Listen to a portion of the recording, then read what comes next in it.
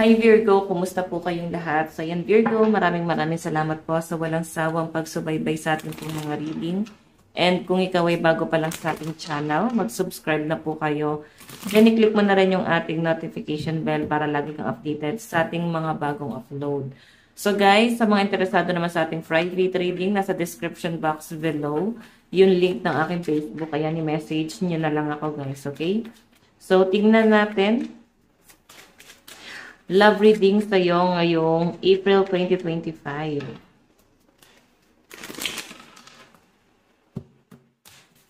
Virgo, Sun, Moon, Rising, Venus. Meron tayong tomorrow is another day. So, ayan.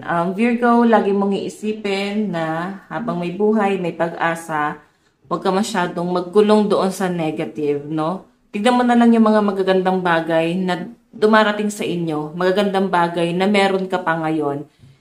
Siguro ma-appreciate ng mga Virgo dito na may nagmamahal pala sa akin. Swerte pa pala ako. May kumakalinga pa pala sa akin. So, ganun yung nakikita ko dyan, Virgo. Okay, ayan no. Nandun ka sa, parang ito, madilim na sitwasyon. Pero ang malinaw na nakikita ko rito guys, pwedeng may magpapamotivate sa inyo. Na parang, ay, hindi pala dapat ako nagmumukmok. Meron palang taong nagmamahal sa akin. Parang ganon. Okay, so tignan pa natin Virgo, Sun, Moon, Rising, and Venus sign. Virgo. Meron tayong, I'm not always an angel. So, ayan, yung pinapakita kasi sa akin dito guys, naging mabuti ka, sobra. And Virgo, ayun nga, sobrang haba din ang pasensya mo. Feeling ko kasi yun nangyari sa inyo dito. Mas iniisip mo yung problema mo. Hindi problema sa love life eh. Okay, yung problema mo. And naramdaman mo na yung person mo yung hindi nang iwan sa'yo ngayon sa kabila ng pinagdadaanan mo ngayon. Okay, tignan natin guys.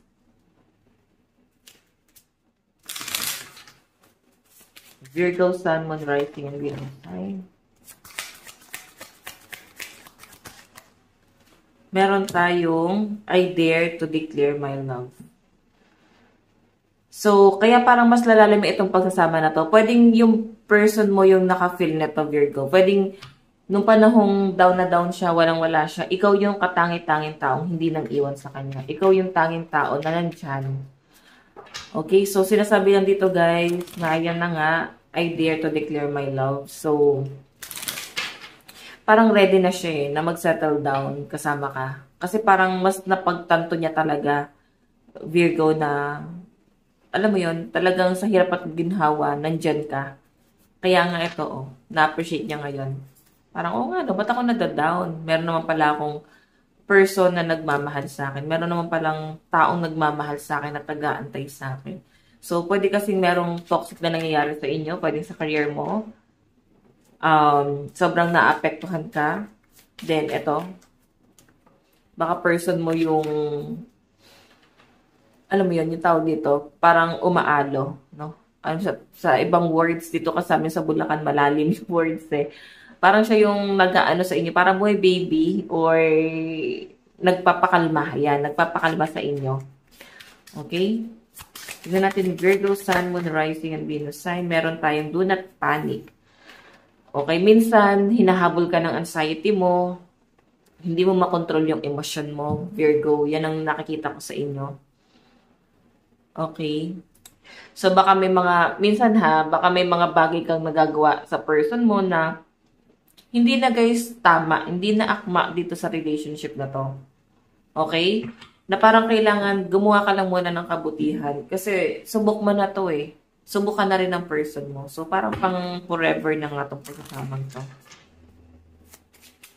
Tignan natin Virgo, Sun, Moon, Rising, and Venus sign. Additional message para sa inyo. Meron tayong happiness. Ayan.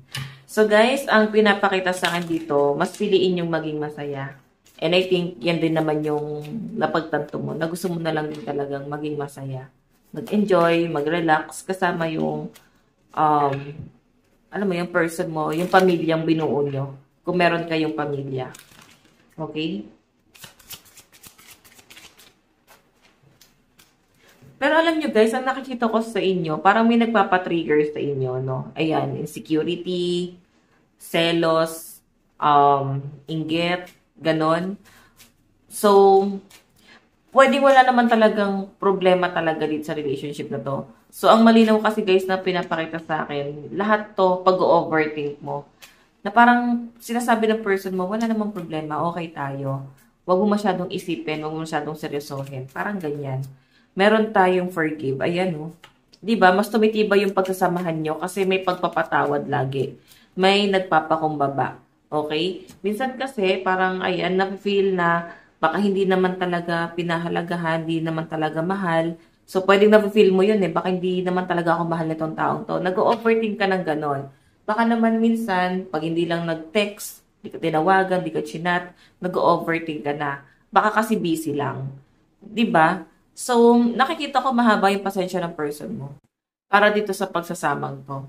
Okay, so dapat ikaw ganun din. Habaan mo rin yung pasensya mo. Kasi mukhang tinitiis ka ng taong to eh.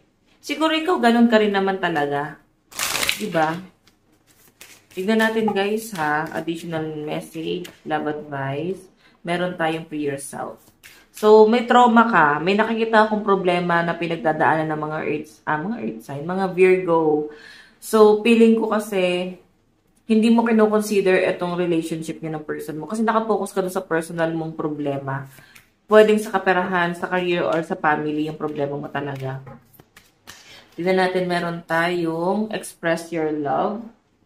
Okay, bigyan ka ng isa pang message. Advice. Meron tayong yin yang. So, opposite sign mo tong taong to. Okay? Ayan, search nyo na lang guys sa Google. Ano ba yung mga opposite sign nyo?